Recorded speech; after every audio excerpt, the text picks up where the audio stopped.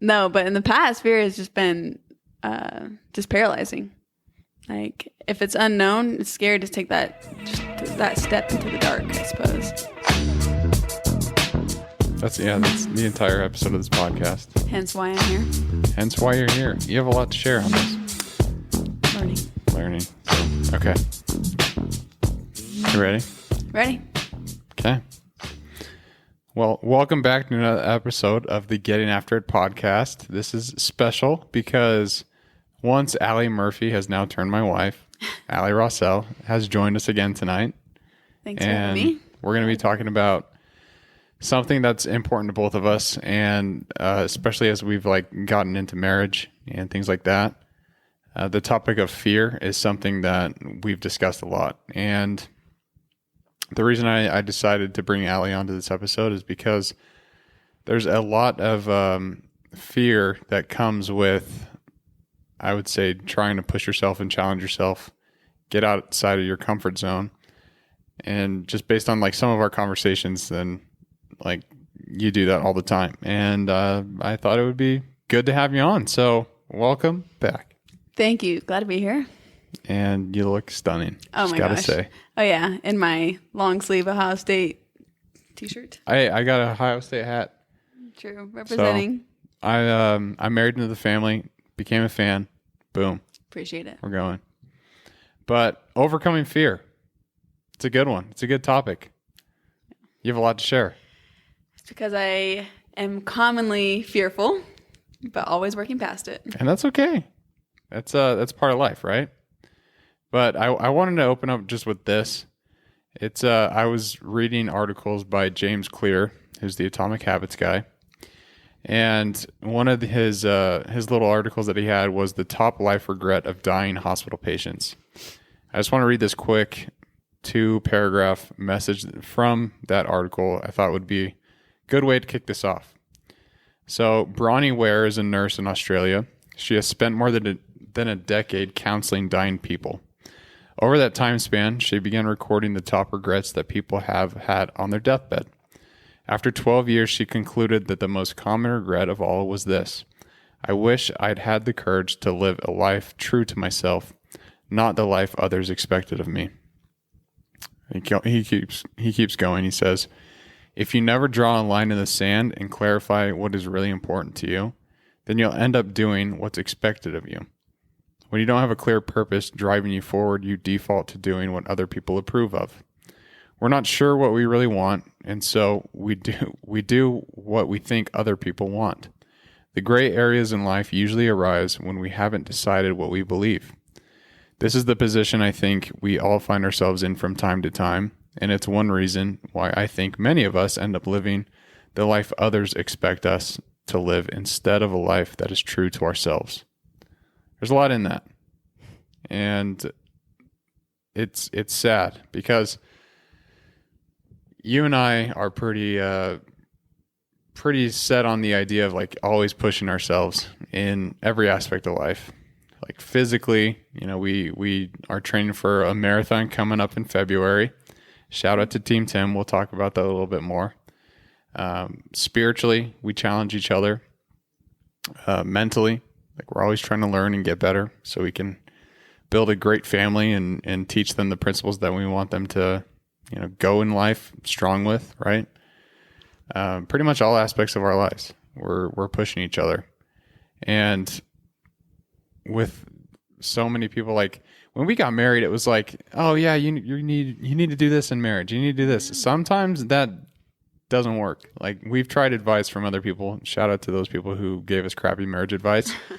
And it was never good. You got to find out what works for you, and you can't live a life that others expect you to live. You got to live a life that's true to you. What do you think about that? I mean, I of course agree. I like what I was saying about, well, let me back it up. She's talking about how this is what she's noticed. I say she. Well, I don't remember if it was a male or female Yeah, worker. we can assume Bronnie wears a female. I missed the name. Okay, he noticed. I guess I shouldn't guess. That's people's biggest regret is not being true to themselves and thinking about marriage as your example, I think we kind of went in with the expectation that a lot of things were going to be easier because dating is super easy. Yeah. Because you go, hang out, have fun, go home. We don't have any responsibilities as a couple. Yeah.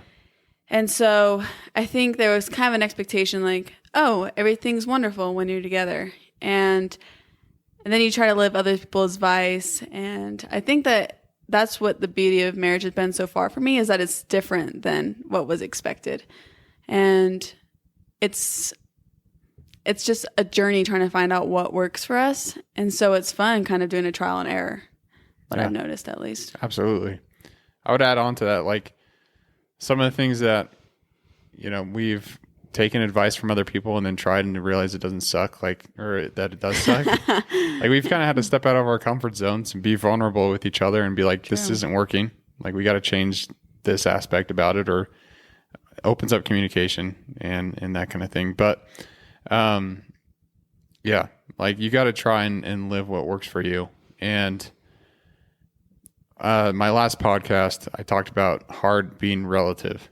Like hard is a relative thing. Mm-hmm. Everyone's going to experience hard differently, no matter who you are. And I gave the example of like running a 5K versus a marathon. So for me, a 5K is like, that's not too much. That's not even your warm up. It doesn't take too much. But like a marathon, that's a little bit more challenging. So that's me though. There could be someone who's like my brother, Drew, who just started running. Shout out to Drew. 4 miles yesterday. 4 miles yesterday. That was a big deal. I wouldn't guess that. Like I mentioned last podcast, he's just a big, beefy powerlifter guy. Like he wouldn't run, but his heart is different than mine. Like I'm sure I couldn't go and lift, 405 pounds off the ground like he does. Like he trains for that kind of stuff, but heart is relative. And I think you have to take that into consideration when you're also considering your fears and like talking about your fears. Is one thing that might scare you might not scare someone else. And one thing that brings fear into your life, like you can't control those thoughts of fear and you're always worried about X, Y, and Z, might not even touch someone else. Mm-hmm. But I found this other quote I like to read. Allie knows that. And this is from Harvard Business Review, so it's legit. But he said, like, whoever wrote this says this: humans are wired to fear the unknown. That's why uncertainty, whether at the macro level of global economic health or geopolitical crisis, or at the micro level, will I get that job? Will this venture be successful? Am I on the right career path? Can feel nerve-wracking, exhausting, and even deliberating. So going back to like, hard is relative, but fear is too. However, that gut reaction leads people to miss the crucial fact: uncertainty and possibility are two sides of the same coin. And that's one thing that I think is really important to reiterate, is uncertainty and possibility are two sides of the same coin. So going back to our example in marriage, like we can feel uncertain about things. That's probably going to happen throughout our entire marriage. Like whether it's, you getting a job at Allegiant or me trying to do something else, I don't know. But we're always going to feel uncertain about certain things. But it's a reframing, I think, of how you look at it. And putting yourself out there also creates opportunities and possibilities for you. And that's something that I think is important for everyone to realize. And going back to the article, to kind of help you identify what that is for you, it goes on to say, consider the achievements you're most proud of, the moments that transformed your life, the relationships that make your life worth living. We'll bet that they all happened after a period of uncertainty, one that probably felt stressful, but that you nevertheless pushed through to accomplish something great. I like that. This actually reminds me, my brother's girlfriend / my best friend at the same time, good old Tatum. She graduated from nursing school in May, I think, just this last summer. And I remember we went on a walk when I was visiting Arizona. She had just graduated, or she was about to graduate. And we're talking about getting into our careers. And she was talking about how scared she was to be a nurse. Like, she just graduated nursing school. she was starting to get in the application process, trying to find a job as a real life nurse. And you're kind of thrown into the industry and you have a little bit of support, but she was talking about how nervous she was because it's someone's life that she's trying to keep care of, right? Yeah. And we're thinking about why we're so fearful when all the other nurses look like they're doing just fine. And they just have more experience. That's what it boils down to. Like from where she was in May to where she is now, she's been working as a nurse the last 7 months, 6 months, or however long. And she's already feeling so much more confident. And so imagine in 2, 5, 10 years from now, that fear, that was all this anxiety starting this new career, like that looks so small compared to where she is now. And it was literally just the unknown of what's to come. Right. And so switching that mindset from being so fearful of what you don't know to excitement for growth does wonders. Yeah, that's a really good example because I feel that all the time. Like Me too.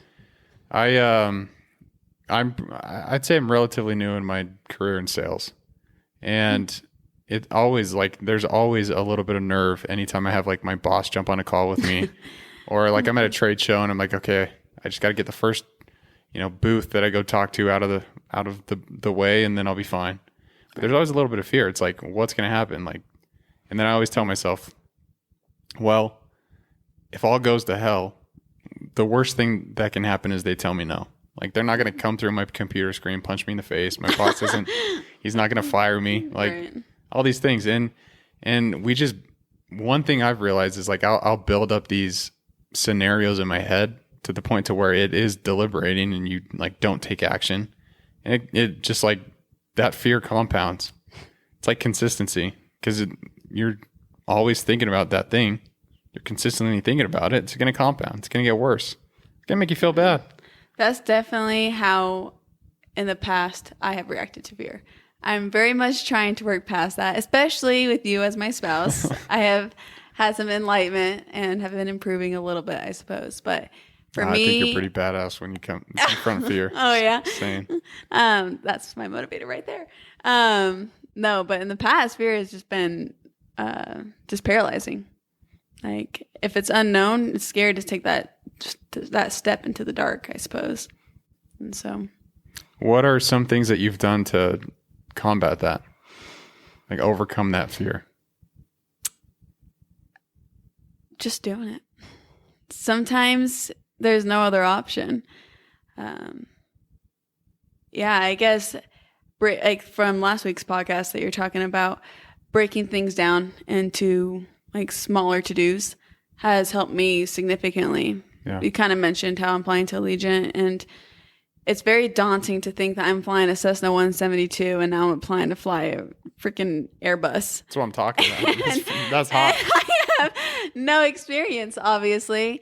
And we talk about this over and over. I was so scared to apply, and you just kept reminding me what's going to combat my fear is just studying, just being prepared. And so breaking it down into the daily to-do list of putting in an extra hour or studying an extra material, just anything to help you feel more prepared takes away so much of that fear. And in the past, I was so scared that I just stopped doing anything. I just laid in bed and cried about it. But obviously that doesn't work for me. And so action, I think, is what combats fear. Yeah. No, that's the same. I asked my mom the same question. I was like, what do you do to overcome fear? And she said, you just have to jump into it. Dina's awesome. Shout out to the business bitch. Yeah, she knows what's up.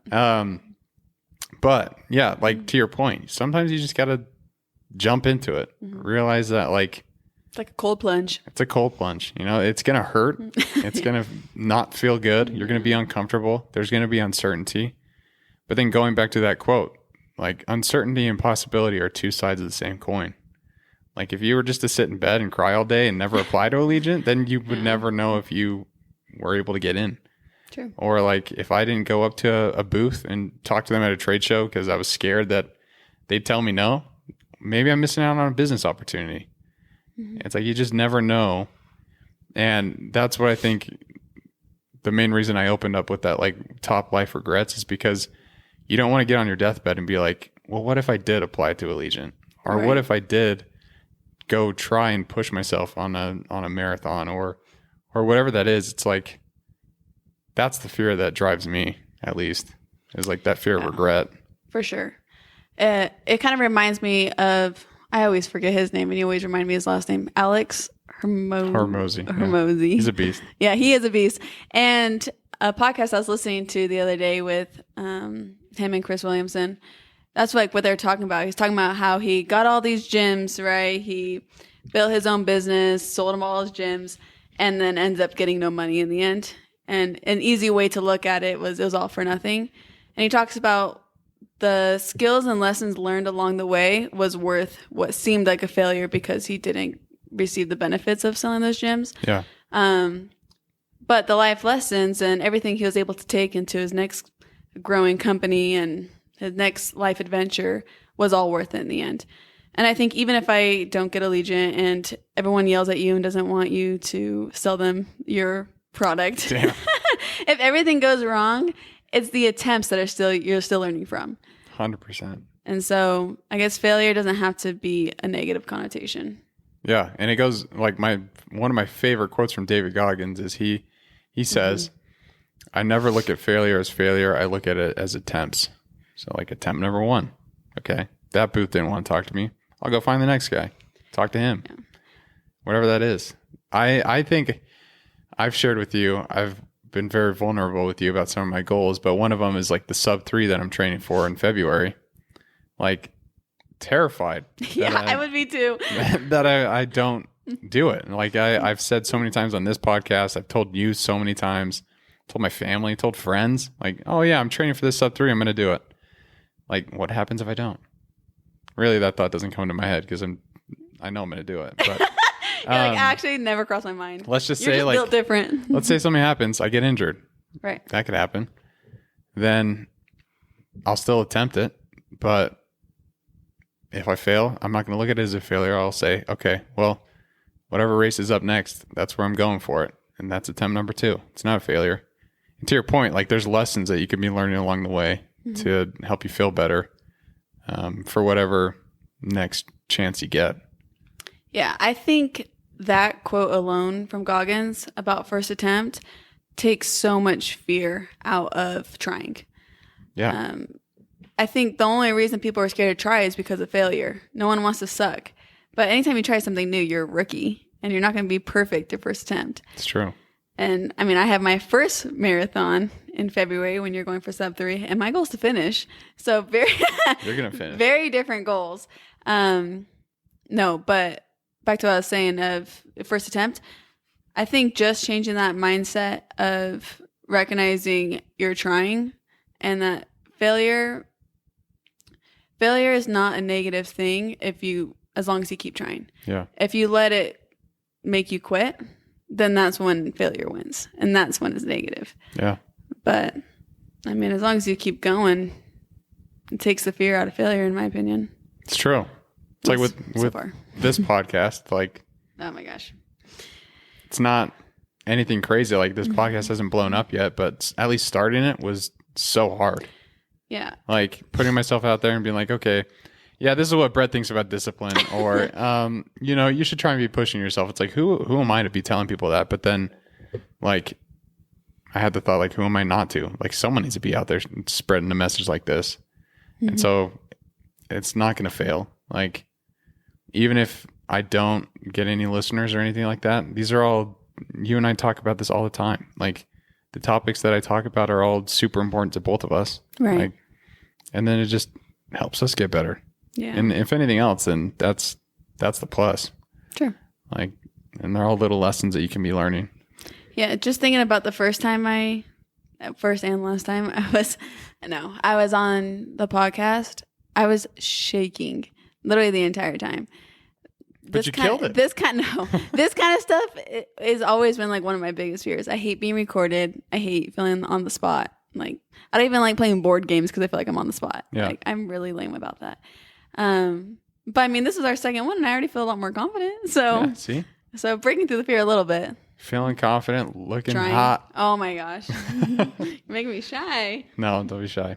But I do want to go back to what you were talking about. Like, experience. And like, saying with Tatum's example, like, oh yeah, well, she's scared that she's not going to be a good nurse when all these other people are like loving their jobs, but it's really just because they have the experience. Right. There's this quote from Naval Ravikant, who talks about like jealousy and other things that I think is relevant for this at least. But he says this: I realized that all these people that I was jealous of, I couldn't just cherry pick and choose their aspects of their life. I couldn't say, I want his body, I want her money, I want his personality. You have to be that person. Do you want to actually be that person with all their reactions, their desires, their family, their happiness level, their outlook of life, their self-image? If you're not willing to do a wholesale 24/7, 100% swap with who that person is, then there's no point in being jealous. And that's exactly what I think you're pointing out to a little bit there, is like, sometimes if we have a goal that we're trying to pursue and we have a fear that like we won't be able to achieve it, and we see someone doing it, like, and it seems pretty easy to them, like we could get jealous of them. Like I talk to you all the time about Nick Bear, and I'm like, you can keep up on some runs. Yeah. if you guys don't know who he is, he's like this bodybuilder looking guy who turned ultra marathon, and now he's running like sub 2:43 marathons. He's just crazy. Like he's insane. And sometimes I'll look at Allie and be like, how come I'm not there? What the heck? You've been running for a year. Yeah, you're ridiculous. All I'm saying is like how come we're okay with certain people being one way, and then like with ourselves, we just like are so hard on ourselves? That's a good question for yourself. I know. Interesting. Why don't you elaborate on how you feel? I think about a lot, but like going back to the example of like I talked a little bit about my brother starting a race. Mm-hmm. He signed up for the Team Tim race. Yeah. He's never run 13.1 miles. And so like I'm sure he has thoughts like, dang, how come I can't be like Nick Bear or other runners who Brett are Rossell. good? Or no.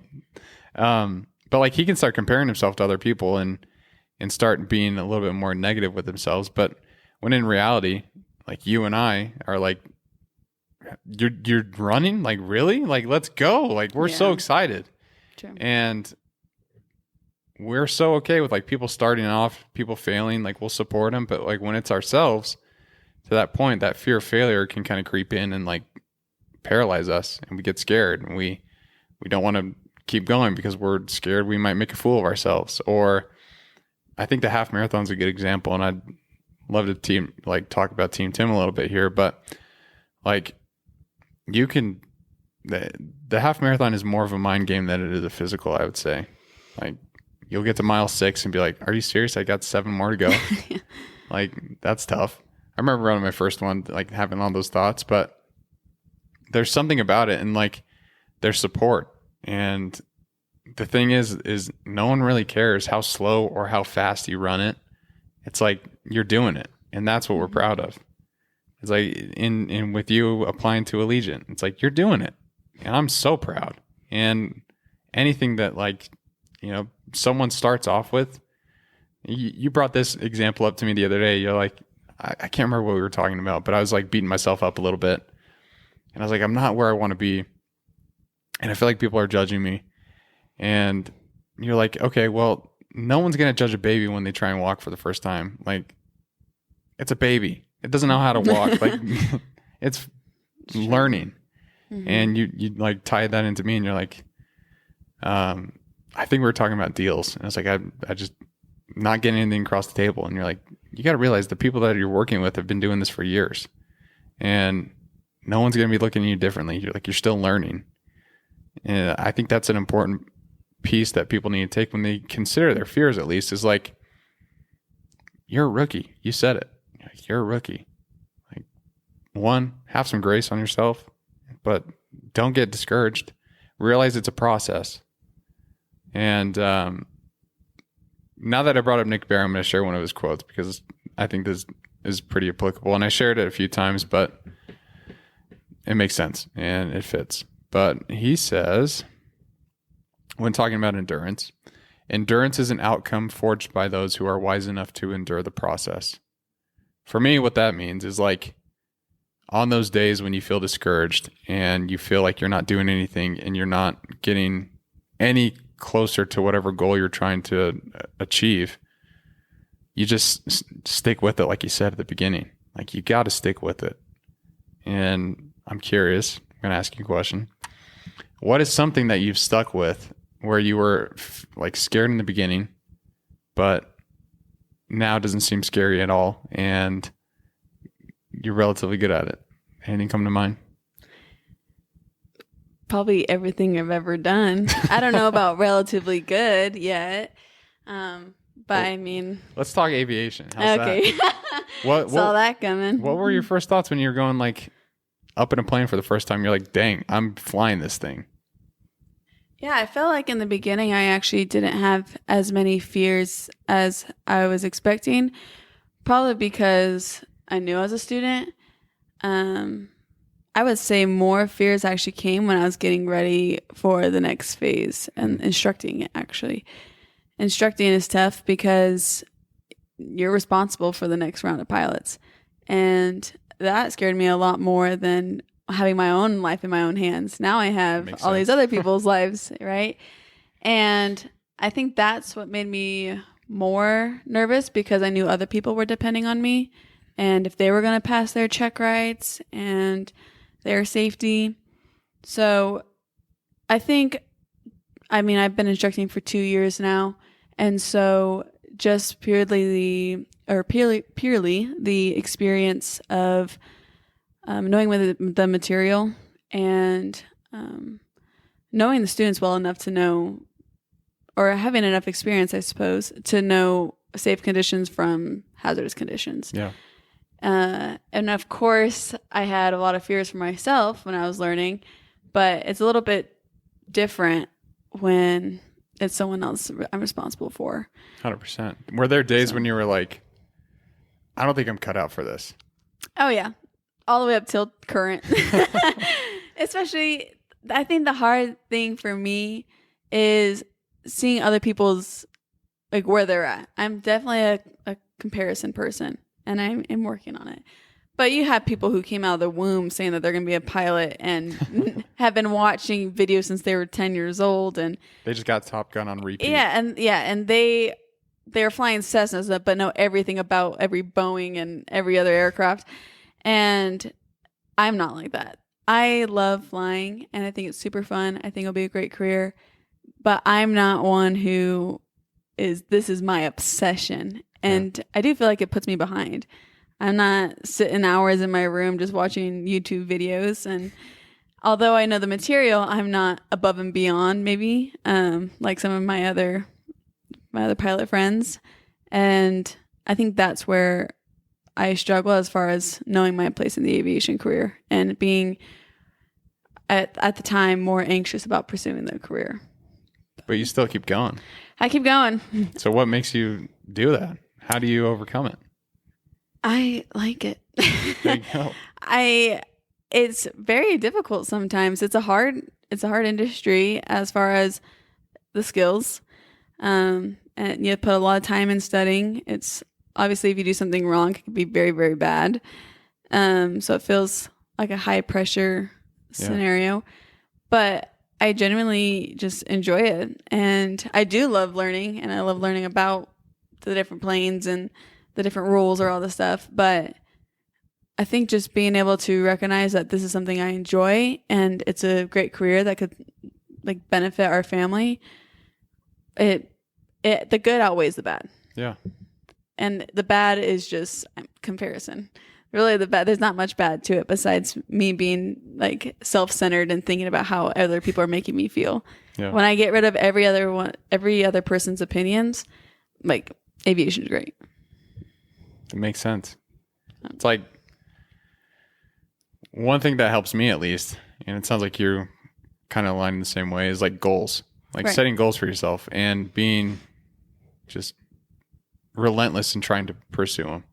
Mm-hmm. So not being knocked down when things don't go your way, or when you feel like you're inadequate, like just keep going. And I would say like manifestation, as cheesy as it is very important. Like you need to speak it to existence. Right. But You need to give yourself no other options. But if it doesn't go your way, you need to be at peace with it. Right. So like, I've told everyone I'm running sub 3. Mm-hmm. You told everyone you've applied to Allegiant.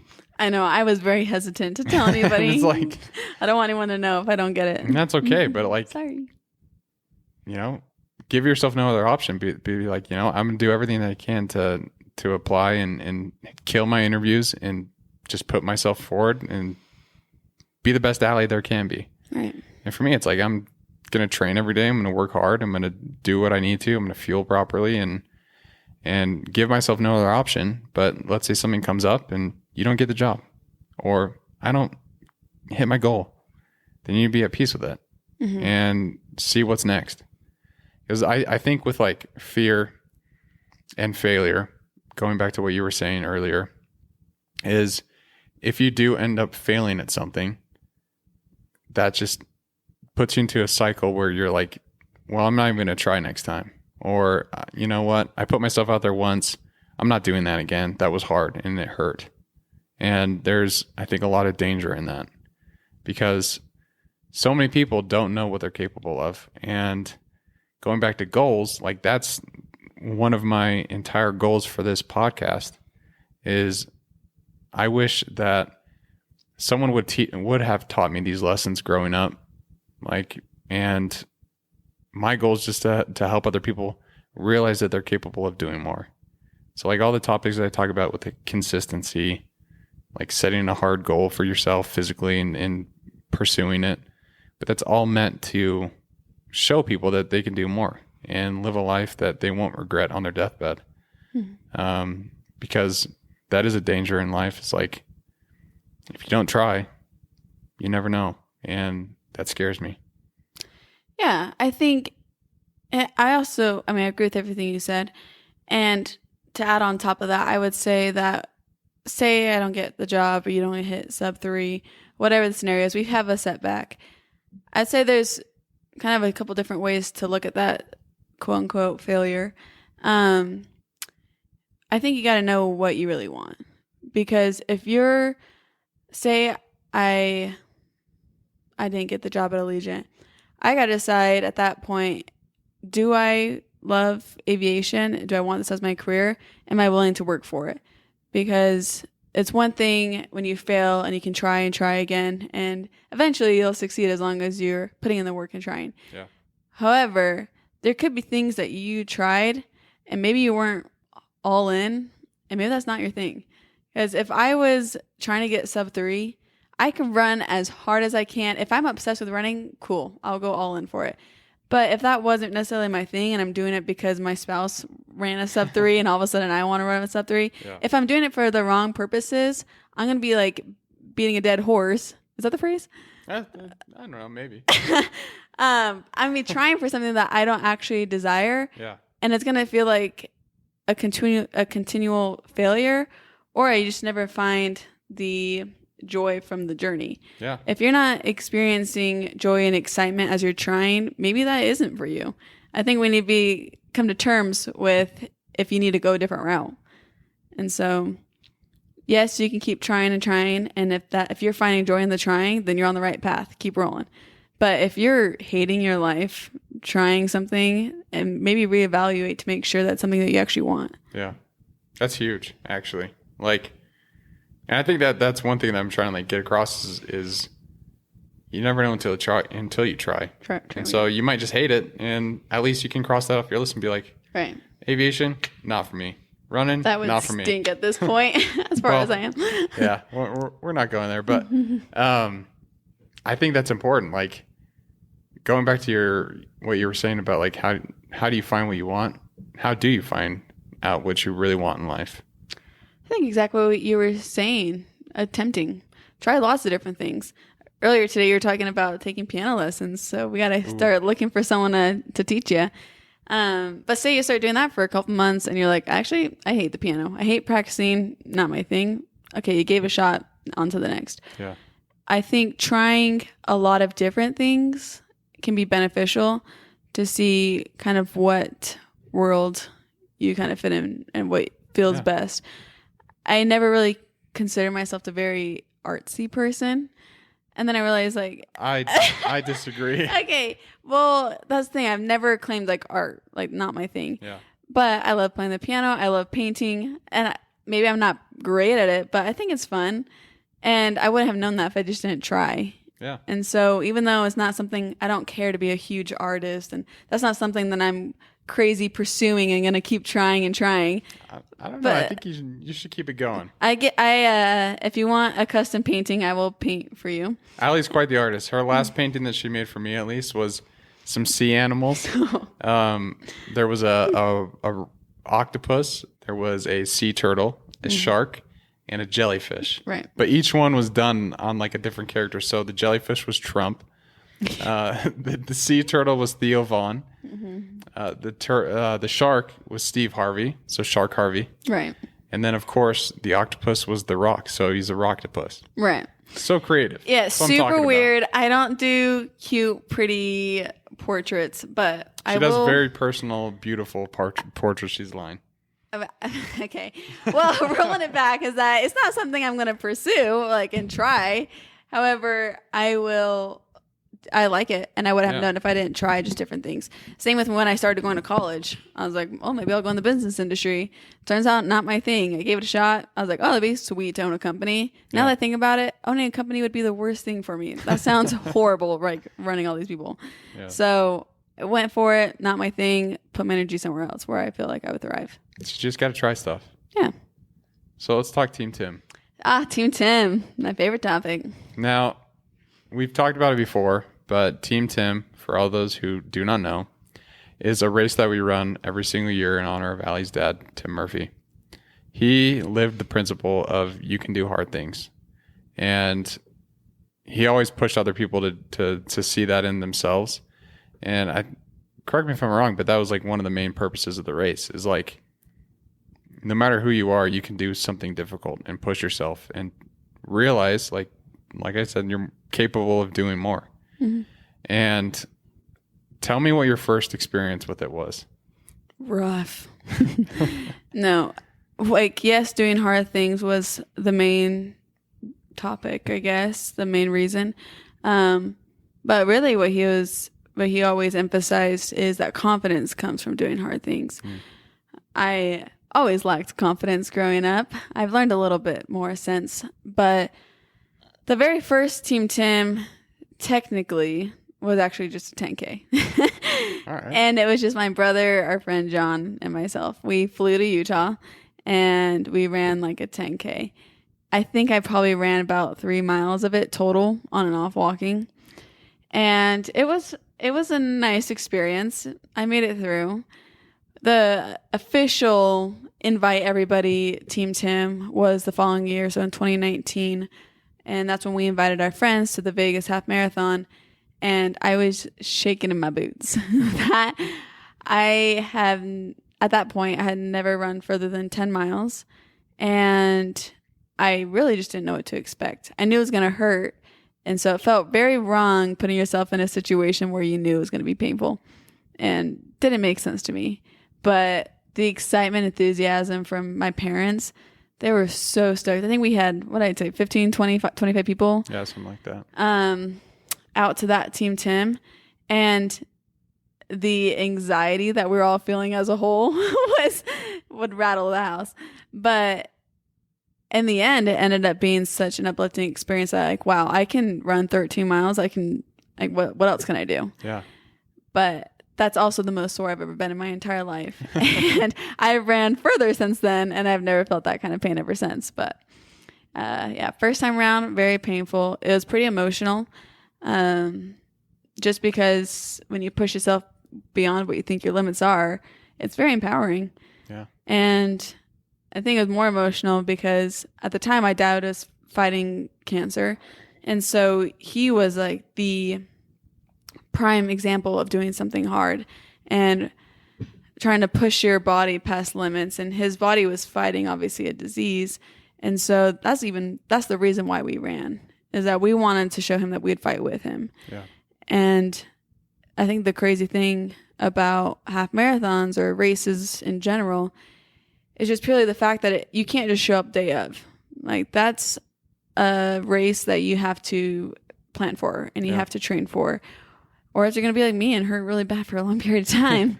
And I trained for that, believe it or not. I think my time was like, 2 hours and 50 minutes? There we go, baby. Pitiful.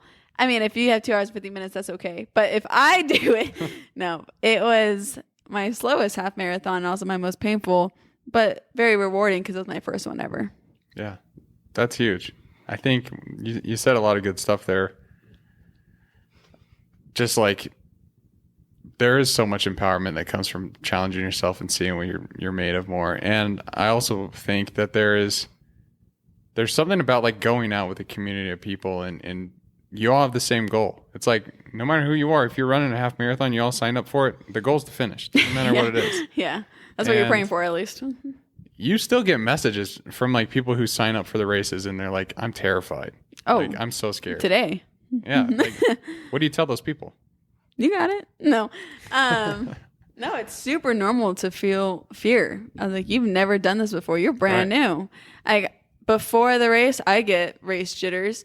Like when you're at the starting line, I don't feel it as much now, like signing up for the race, but at the starting line, you get you get a little shaky. It's kind of fun. Yeah. The nerves you have to really remind yourself in the beginning to take it easy because you come out of that gate running hard and you're goner for the rest of the race. So it's hard to slow it down. And my heart rate spikes like crazy for whatever reason. Yeah. So we got to figure that out. But no, with people who talk about being fearful when signing up for Team Tim, my advice is just get past that just to sign up.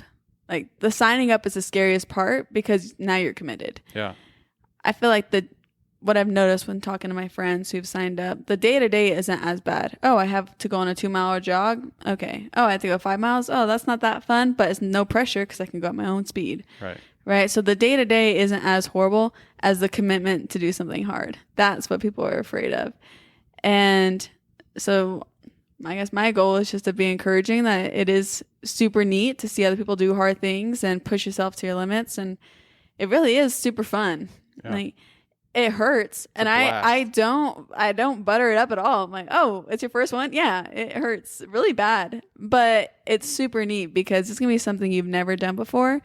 And the feeling you feel when you cross the finish line, unreal.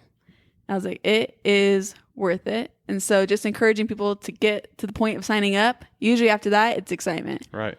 But even those same people who are like, they initially say like, oh, I was terrified. When they do end up crossing the finish line, doesn't matter what their time was. Right. They're always like, holy crap, I just did it. Yeah. Like, that's crazy. They don't joke about a running high. Like, that's a real thing. Yeah. I have friends that the next day after the race, they're talking about the next Team Tim and they're excited. They want to go run. If you let that die, though, a month goes by and you didn't run, now the fear is coming back. My friends are like, oh, maybe I won't. I'm like, if you just kept running, you wouldn't be so scared. Consistency compounds. Yeah, baby. That's what I was like, wait, did you hear the Getting After It podcast? No, but I'm saying there's a runner's high. Once you know you can do that, I have friends that are like ready to roll immediately right after. Oh, yeah. It's when you stop that people get scared all over again. Yeah, there's danger to that. You got to be just keep it going. And it goes back to what you're saying. Like, if you don't like running, you don't have to keep going. Right. Like, but if you want to just keep challenging yourself, then by all means do it. But I think one of my favorite things about Team Tim, at least, was, yes, there was like all that anxiety before the race. There was so much fun the night before. Like, you have videos where like me and Drake and Blake and all those guys are just like cracking up. We're lying on the floor just laughing.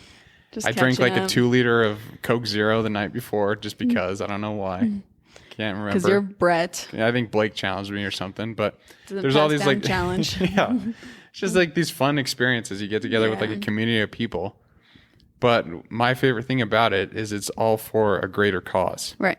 And it's like exactly what you said. I love what you said. Like the reason you guys did Team Tim was to show Tim that we're going to fight this with you and we're in it together.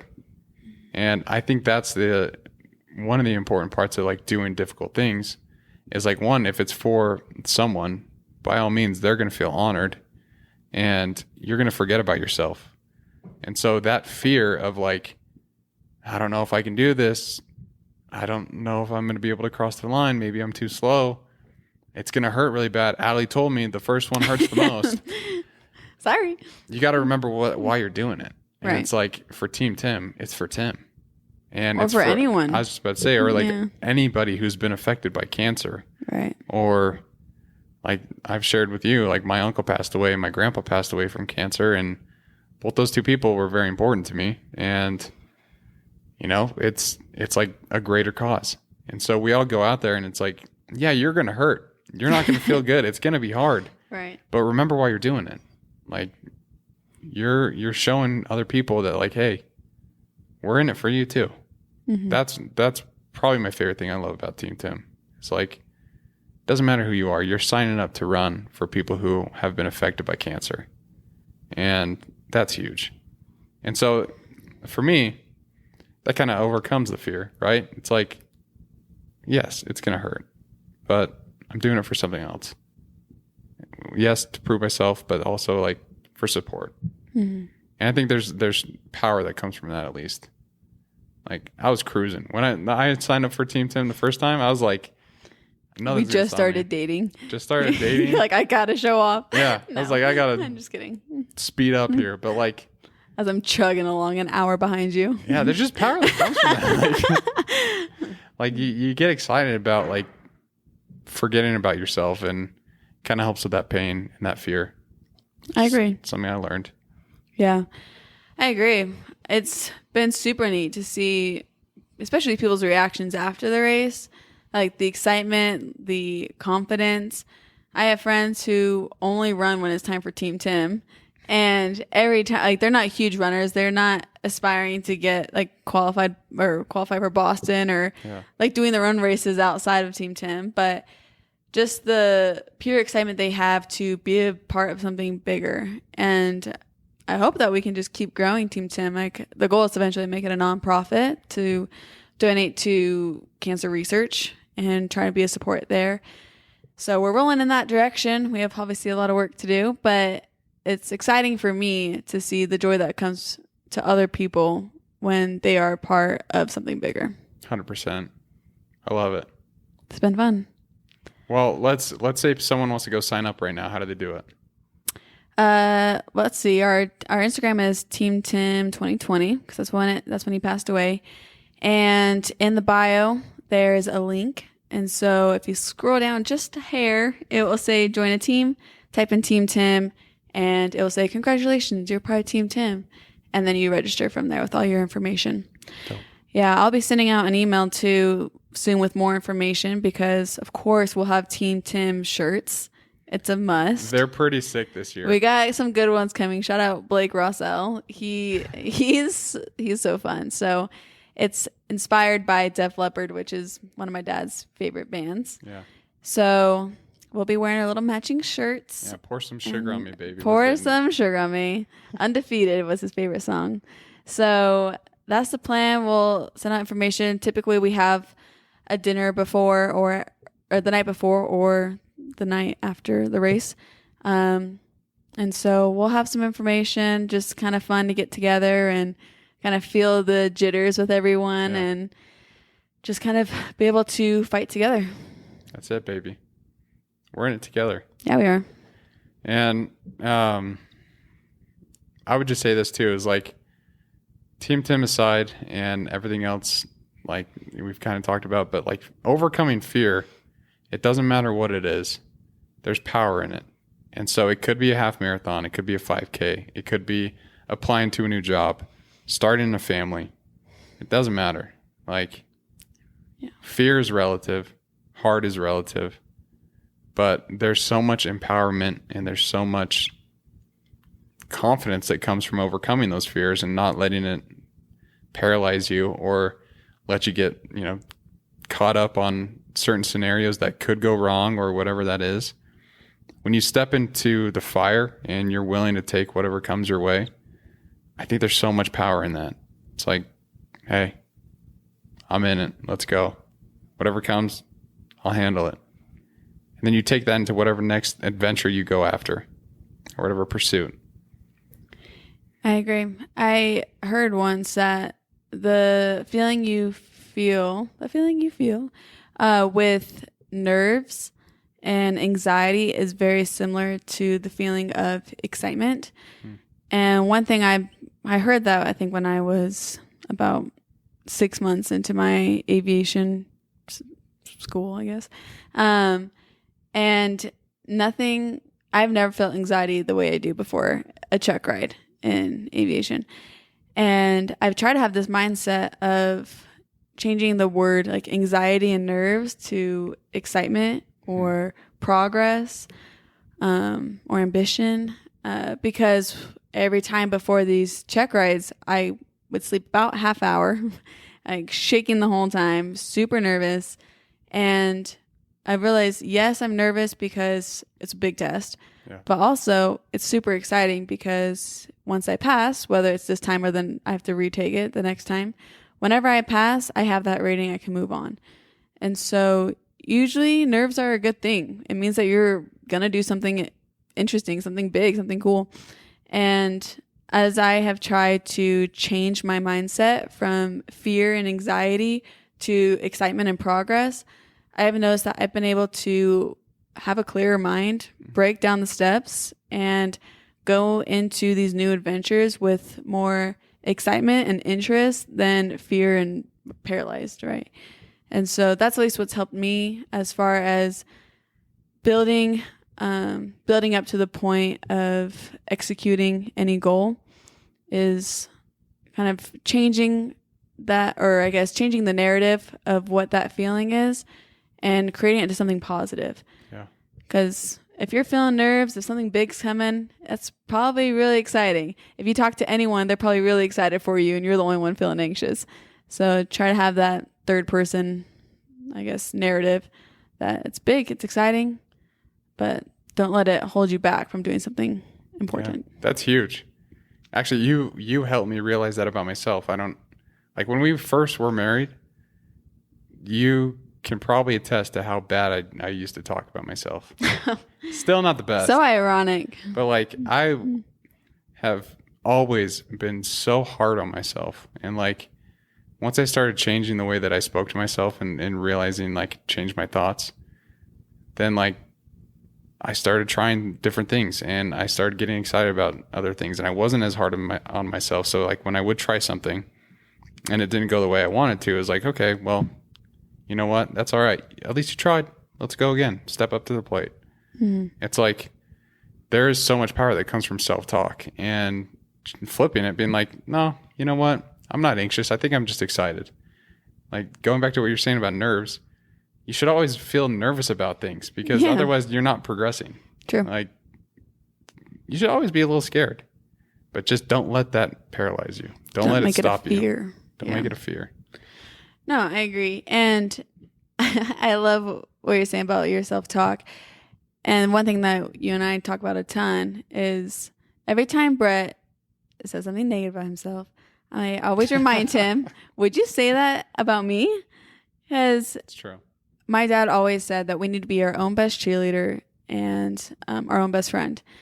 And the things that you're saying to yourself, if you would not say that to your spouse, your best friend, you probably shouldn't be telling it to yourself. Yeah. And obviously it's easier said than done, but trying to take yourself out of the scenario and treat it like you're talking to your friend has helped me at least.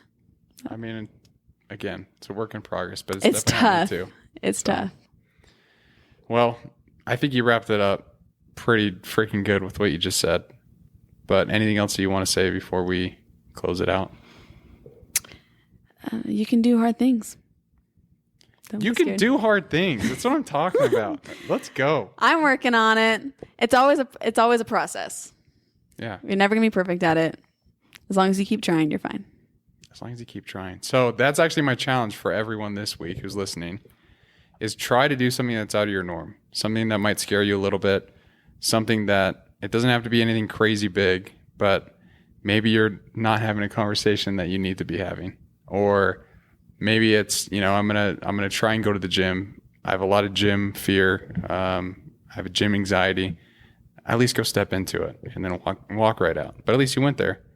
But just challenge yourself to do something that's out of the norm and start taking this mindset of, you know what do I need to be telling myself that's different so I can start accomplishing my goals? changing that anxiety to excitement, changing that nervous feeling to a feeling of progress and growth, and not being held back anymore. Don't be held back. You can do more than you think you can. And to Allie's point, you can do hard things. So, Allie, you're the best. Thanks for coming on again. Oh my. Thanks for having me. You guys can't see it right now, but there's like there's this light that's... Oh my goodness. We got this light and it's just like lighting up half her face. She looks unbelievable. Very sweet. Thanks. You're so hot, Cakes. Oh my gosh. All right, let's wrap this up. All right. Thank you everyone for listening. If anything was helpful, just share it with someone else. But until next episode, let's keep getting after it. You're so ridiculous.